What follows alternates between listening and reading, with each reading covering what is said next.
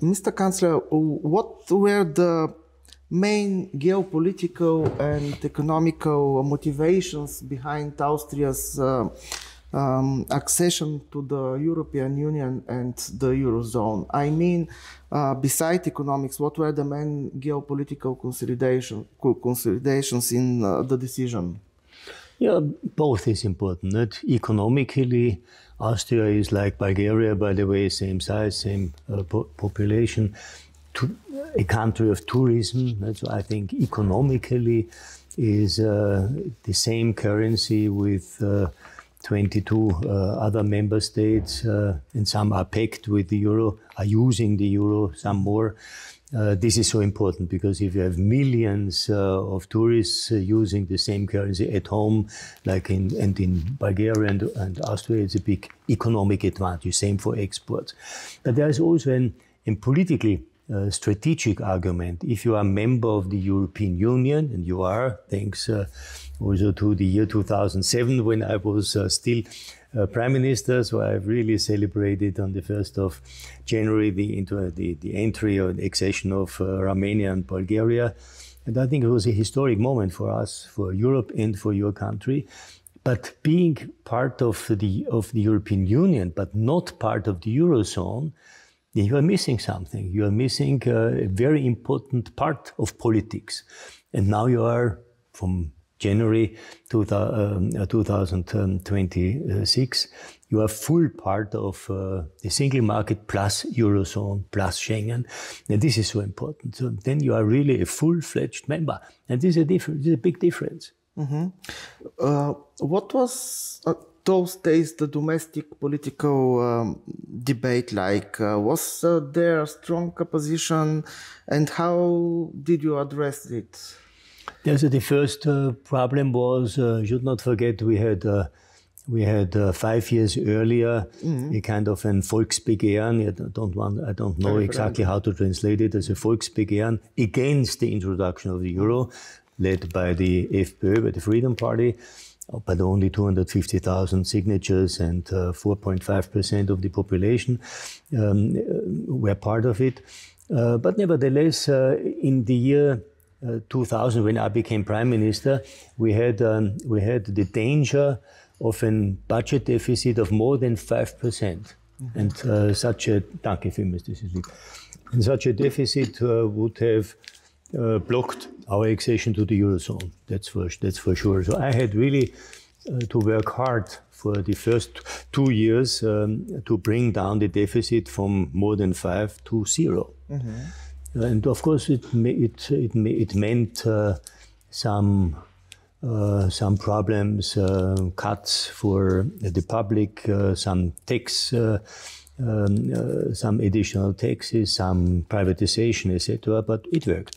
But this was the first problem. The second problem was we had a psychological problem because the shilling was a very historic achievement, because it was linked to our fantastic Wirtschaftswunder starting in 54 to 50 years later. So there was a kind of a psychological impression. If we give up the shilling, like Germany, the Deutschmark, that would be something, a loss, not a win, not an advantage. This would be a huge psychological loss. So we had to work against it. And there was also a complicated calculation. Don't forget that €1 had to transform in 13,76 shillings. Imagine such a transaction. If you'd have to do it in your head, you get crazy. So we had to offer everything. Tablets, tools for calculation, tools, media information, etc. But nevertheless, it was a psychological problem. So we had to inform. And I was struck by the fact that 4 weeks before the introduction, at the beginning of December or end of November 2001, 80% of the population were not really aware what is going on. They didn't care. 80%. Look. We had 3 months before double pricing, obligatory, 2 months after the introduction, also obligatory double pricing, commissions, etc. People were not really aware, didn't care. So this was a psychological problem. So I think, and keep that in mind, there's information, information, information. Even if you think you cannot hear it anymore, because you had so often repeated your message, everybody must understand what is going on. A lot of people are not really aware of what is going on. And it is a historic decision for Bulgaria, I'm sure. Is it possible to run a campaign, such a big campaign, without ideologizing the euro issue? No, I think, look, this is a pragmatic issue. The introduction of the euro in Bulgaria is first an economic advantage, that's for sure. And second, it is a big political achievement. Imagine, either you are in or you are out. And if you are not in, you are de facto treated as a second-class member. And I think Bulgaria doesn't deserve it. Bulgaria deserves to be a first-class member of the European Union, of the European family. That was always my conviction. Single market, Schengen, and Eurozone. This is important. And this trias is de facto the core. And the next step will be a kind of a common defense. This is the fourth idea. And I think we should really work together and to cooperate. I think there's also a need for the Bulgarian political parties to a little bit put aside their domestic problems or their domestic differences. This is more. This is much more. This is for the country and for the future of the country, and therefore it's so important. You mentioned the thinking of some Austrians about the shilling. There are some voices in Bulgaria that we are losing control, joining the euro and losing the left. Do you think there is a valid concerns today about losing economical control with the euro adoption? Yeah, this is true. That if you have a common currency, you lose sovereignty for your own currency, for your own national currency. But de facto, for us Austrians, before that we were linked to the German Deutschmark. So we were de facto pegged. Bulgaria is today also pegged to the euro. So you don't really lose something, but you win something. You win, from day one, from 1st of January, you are part of the decision-making and decision-shaping process. You are part of the relevant committees within the ECOFIN and the Eurozone members. When they sit together and discuss relevant matters, you are no longer outside and listening what they are doing, and then you have to do it. This is a big difference. You mentioned the defense as a topic. What do you think? Should Europe have a stronger and united voice in defense and in energy policy? Yeah, absolutely. Because look, we had for 30 years, we enjoyed a peace dividend since the end of Cold War. And within these 30 years, we reduced our armies. The German army was reduced to 1/3, from 600,000 to 180,000. The navies were reduced by half.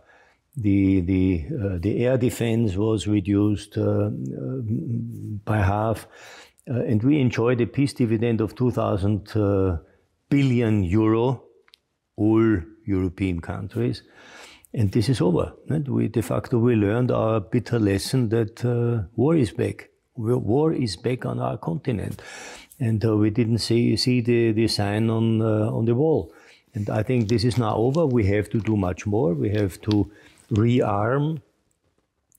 And we have to work together, because otherwise it's too expensive and not effective enough. So I think the next step of European integration will be a kind of a common defense shield, air and border. That's for sure. Maybe my last question, but how do you assess Europe's current political landscape? Are we witnessing a return of nationalism in a new form, or this is just a reaction of a global uncertainty? Yeah, this is an interesting question. It's not easy to answer, not? Because I think it has something to do with psychology. Not? We have, let's say, 100 years ago, we had a kind of an imperialistic nationalism. Today, and this imperialistic nationalism is still there, not in America, in Russia, in China. You see still this imperialistic nationalism. But in Europe, you see a kind of an anxious nationalism. And how can we defend the status quo? This is the important. People have the feeling we can lose something. And I think we should turn this again in a positive feeling. No? I think Europe is still a unique place for freedom to speak out your own opinion without fear that someone is controlling you or punishing you for that. You can research everything what you want. You can create your own company. You can do whatever you want. You can marry whoever you want, if there is someone who loves you. But I mean, this is completely different.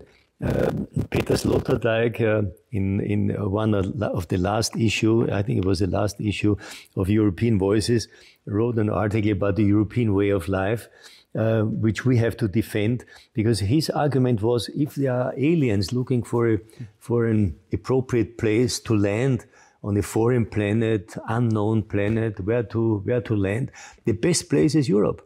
Because we are not aggressive, we are peaceful, we are friendly people, we are living together, we are not hostile to visitors. I mean, I think this is a very good important issue. No? The European way of life is worth to defend it, and I think we should know that, and we should transmit this message.